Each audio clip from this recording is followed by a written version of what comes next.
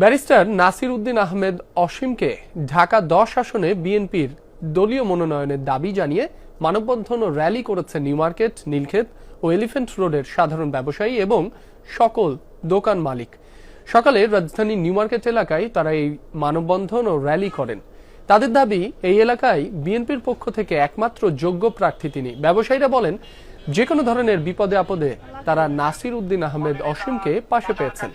গণ অভ্যুত্থানের পর নিউ মার্কেট এলাকায় চাঁদাবাজি বন্ধে তিনি সাহায্য করেছেন বলেও জানান তারা। বিএনপির কেন্দ্রীয় কমিটির প্রতি তাদের একমাত্র দাবি, ব্যারিস্টার অসীমকে নিউ মার্কেট এলাকার এমপি মনোনয়ন দেয়া হোক।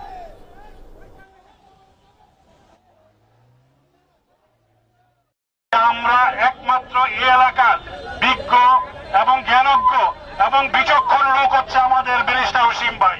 সুতরাং এই অসীম ভাইকে আমরা প্রার্থী হিসাবে এলাকায় দেখতে চাই। এই অঞ্চলে অসীম ভাই যদি ধানের শীষের প্রতীক নিয়ে আসে, তাহলে এই অঞ্চলের সকল ব্যবসায়ী, সাধারণ কৃষক, শ্রমিক জনতা, মেহনতি জনতা সবাই উপকৃত হবে।